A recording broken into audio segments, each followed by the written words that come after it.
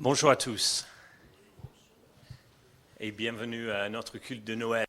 C'était super hein, de voir tous les pièces qu'ils ont fait ce matin. Donc merci à tout le monde.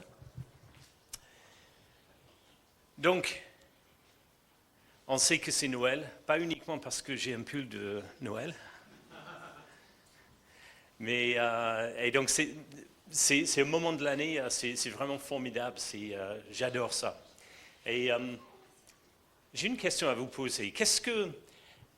Quelle chose que vous désirez le plus ce Noël?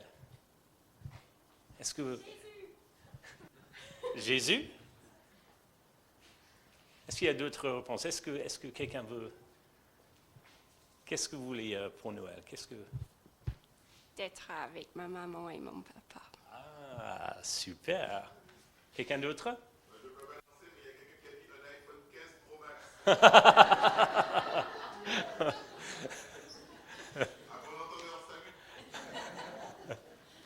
5 minutes. D'être avec ma famille. Ah, super. Être avec ta famille. Quelqu'un d'autre? La paix. Ouais. Dans le monde ou dans la famille?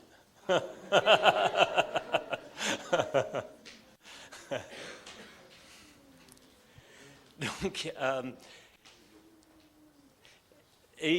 en fait, ce que je veux dire, c'est que donc il y a le période de Noël, c'est magnifique. On peut donner, en recevoir. Et quand j'étais petit, je sais pas,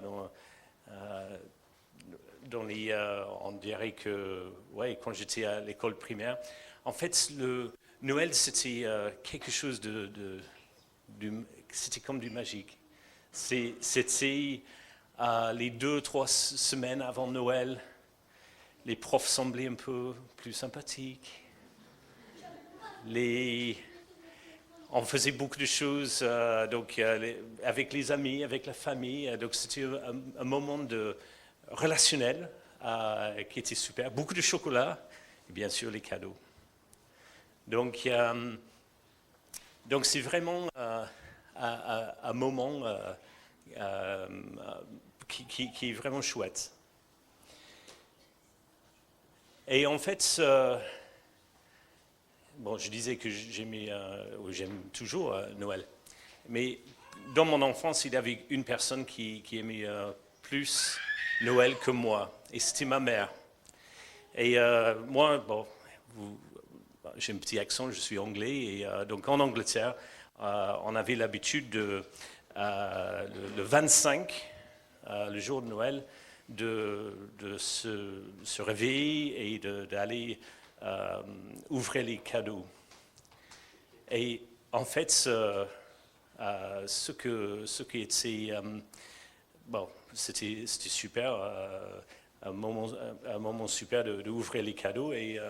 Mais souvent, ma mère, elle est venue nous réveiller, moi, mon frère, ma soeur, parce qu'elle était impatiente de voir nos visages, d'ouvrir les cadeaux. Donc, c'est aussi de voir, Noël, c'est de voir la plaisir chez les autres, donc de donner et c'est pas uniquement de recevoir. Donc,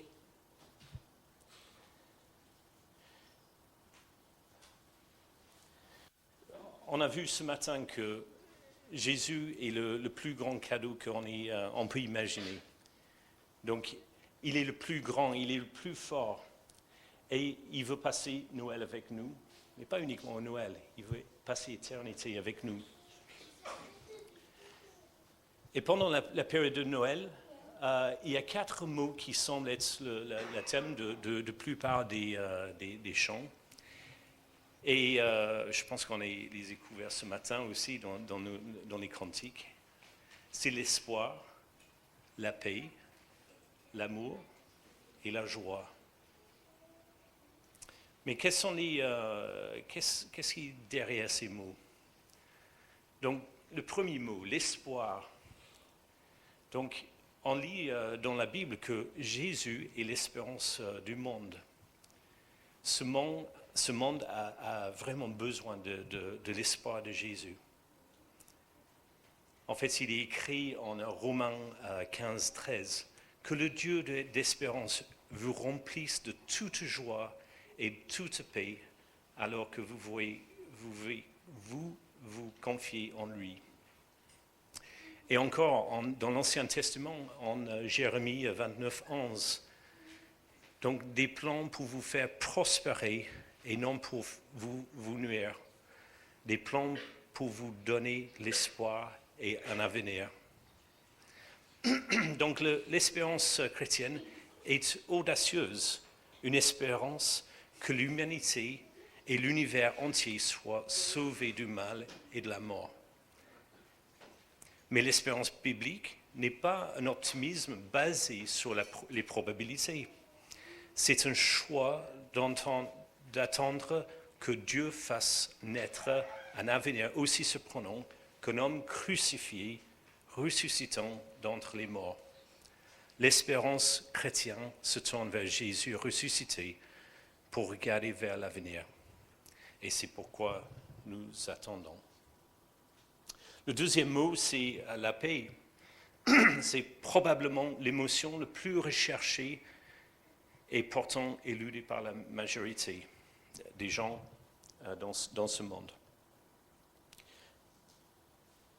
La paix ne peut venir que avec une bonne relation avec notre Créateur.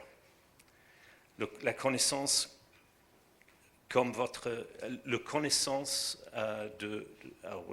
la relation avec Jésus comme notre Sauveur et Seigneur personnel. Donc quand on n'a pas de Dieu, il n'y a pas de paix. Et donc, au contraire, connaître Dieu, c'est de connaître la paix. Les apôtres ont affirmé que Jésus a fait la paix entre les humains désordonnés et Dieu lorsqu'il est mort et ressuscité d'entre les morts. L'idée est qu'il a rétabli une relation brisée entre les humains et leur Créateur. L'apôtre Paul a instruit les églises locales de garder leur unité par le lien de la paix qui exige l'humilité et patience envers les autres dans l'amour.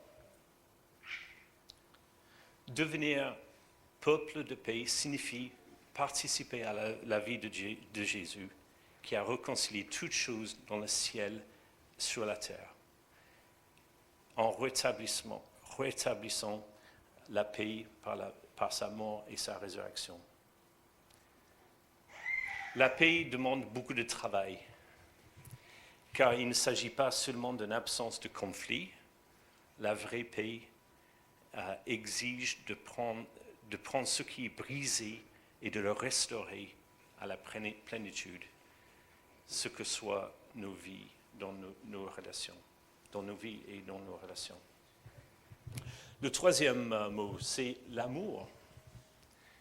Et l'amour biblique fait référence, ce n'est pas juste un sentiment, l'amour. Il s'agit de prendre soin de quelqu'un, quelle que soit sa réponse, ou si on pense que la personne le mérite. Et ça, c'est le modèle que Jésus nous a présenté. Donc, quelle que soit la personne, on doit l'aimer.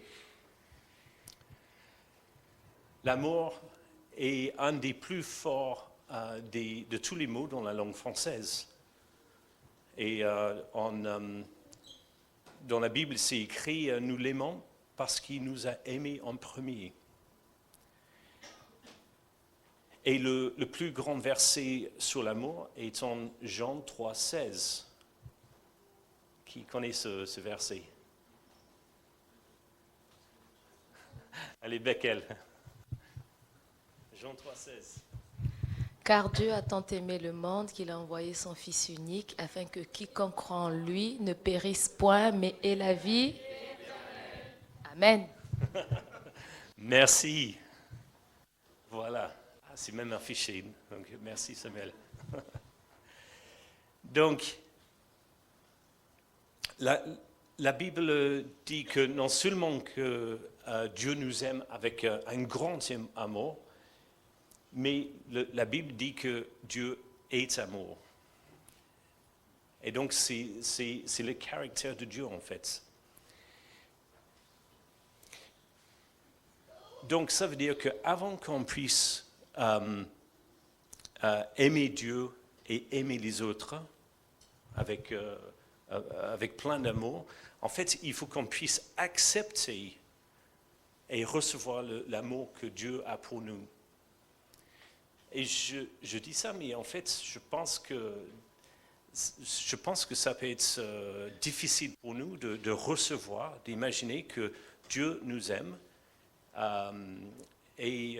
Donc je voulais vraiment insister sur ça parce que Dieu vous aime. Et quand on reçoit cet amour, ça nous donne la possibilité d'aimer les autres et aimer Dieu aussi.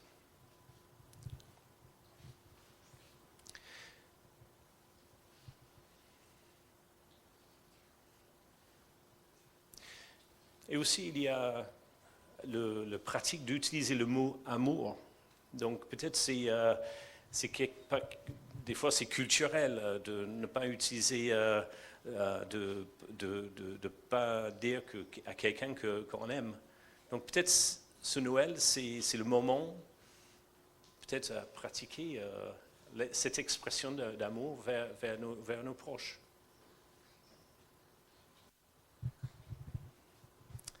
Le quatrième mot, c'est la joie. Et donc, la joie biblique est plus qu'un sentiment heureux. C'est une émotion durable qui vient du choix de croire en Dieu, un choix de croire que Dieu accomplira ses promesses. Matthieu 6, 33 nous dit à chercher d'abord le royaume de Dieu et toutes ces choses, la nourriture, les vêtements, un abri, nous seront donnés par-dessus.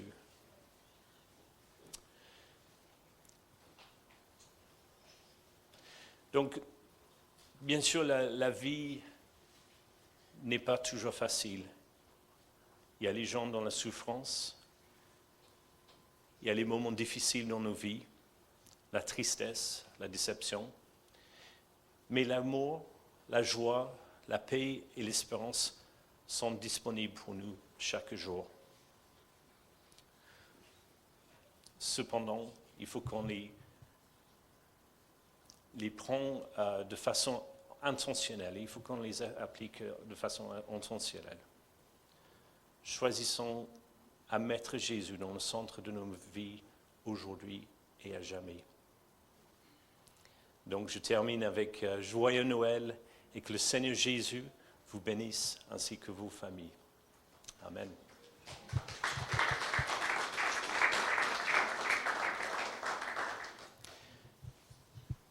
Je vais juste terminer dans la prière avant qu'on passe à la Sainte Seine.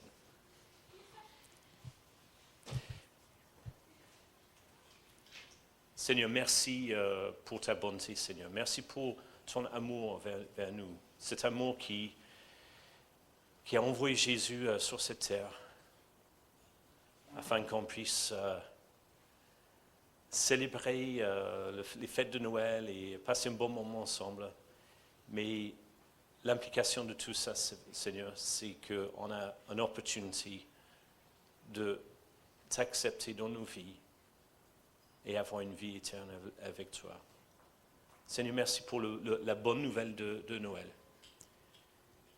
Et je prie pour chaque personne ici présente, Seigneur, que vraiment tu les gardes, tu les bénisses, et que ce Noël, ce soit un pas vers toi, Seigneur. Que vraiment chaque personne et chaque famille puisse ressentir la paix de Christ ce Noël. Merci Seigneur Jésus. Amen.